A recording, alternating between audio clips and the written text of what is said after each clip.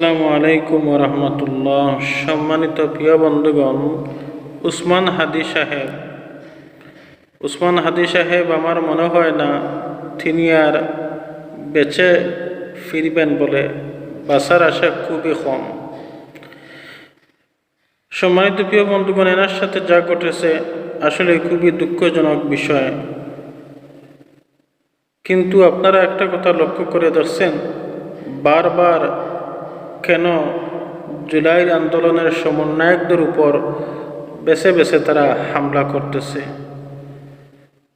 বারবার তারা প্রতিশোধ নিচ্ছে জুলাই আন্দোলনের সমন্বয়কদের উপর।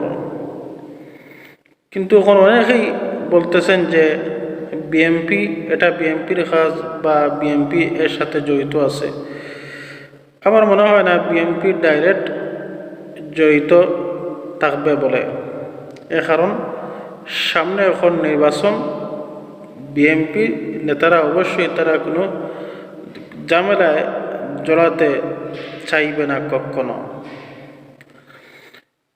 সম্মানিত প্রিয় বন্ধুগণ, এটা অবশ্যই আওয়ামী লীগের কাজ। এটা নির্দয়, যাদের হৃদয় নাই, নির্দয় আবু জাহিলের উত্তরসূরি, এটা আওয়ামী লীগের এজেন্টদের কাজ। সম্মানিত প্রিয় বন্ধুগণ, শুধু আওয়ামী লীগের এজেন্টরা নয়, আপনারা কি আরো একটা জিনিস খেয়াল করে যাচ্ছেন? তফসিল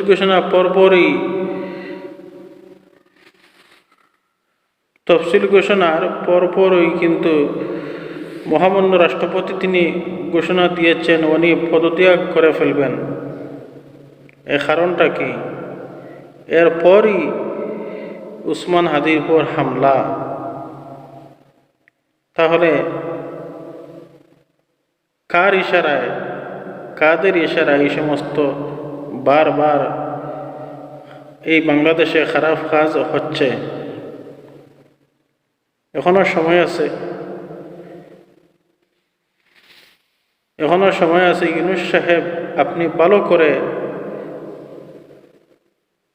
এই বিষয়ে একটু তদন্ত করেন, আইনি শাসন ব্যবস্থা আর একটু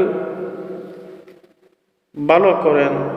তাহলে আমার মনে হয় সামনের নির্বাচনটা সুস্থ হবে। না হলে সামনের নির্বাচনটাও সুস্থ হবে বলে আমার মনে হয় না।